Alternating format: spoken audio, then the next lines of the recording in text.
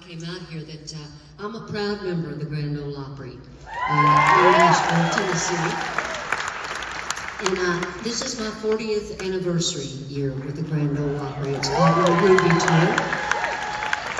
We just did the Grand Ole Opry last night. We did the country classics last night with so many wonderful writers and singers. And if you've never been to the Grand Ole Opry, I'm giving you a personal invitation tonight to come see the greatest country music radio show on earth. It is truly something there for everybody. And I mean everybody now, I'm telling you. We are widening our horizons, you know? And, excuse me, pardon me. But luckily my dad, my late dad, George Morgan, was a member of the Grand Ole Opry for about 28 years. Thank you. Until he passed away in 1975. But as a little girl, I would go to the Opry with my dad every Friday and Saturday night, and I'd stand in the wings of the stage and I'd watch all the greats of country music walk out there and sing their songs, and I would sit there and dream that someday I'd be able to stand in that circle and sing my songs, and my dream came true in 1984. So I've been a member a long time, and it's truly the greatest achievement of my career, and I have had so many blessings in my career, but that was truly the greatest one, and always will be. Luckily, I met most of my friends, either backstage or on the stage of the Grand Ole Opry. One of those friends I'm speaking of right now is the late, great George Jones. He was one of my very best friends. He was also my boss for a while. I was in his band. I was one of the Jones boys. And I'd come out and I'd sing a few songs, and then I'd move over to my microphone and I'd sing harmony with George. Well, on the nights George would show up, I would sing with him. Yes, unfortunately, I worked with him during the No-Show Jones days. But very fortunately, it was my greatest country music education. I'm telling you, I learned so much from working with George, and I miss him as a friend every day. And when I left the George Jones show, I ended up recording one of George's big records. It became a big record for me, and I certainly hope maybe some of y'all remember it.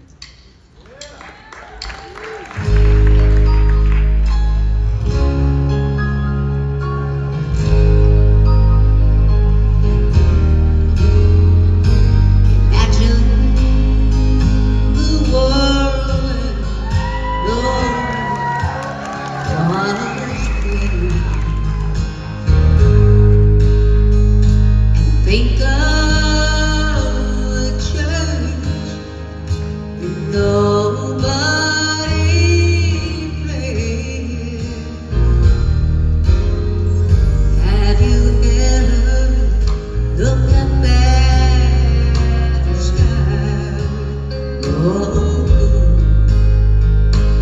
you see the picture of me without you.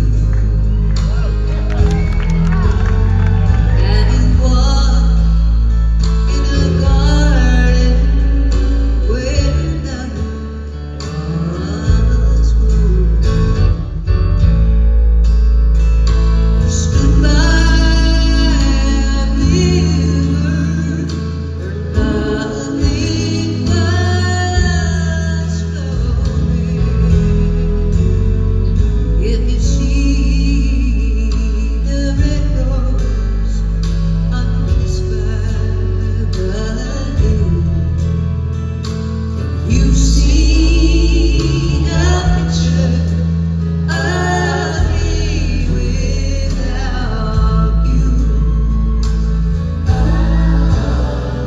Can you picture heaven with the angels singing, or a calm Sunday morning with no church bells ringing? If you watch as the heart of a child breaks into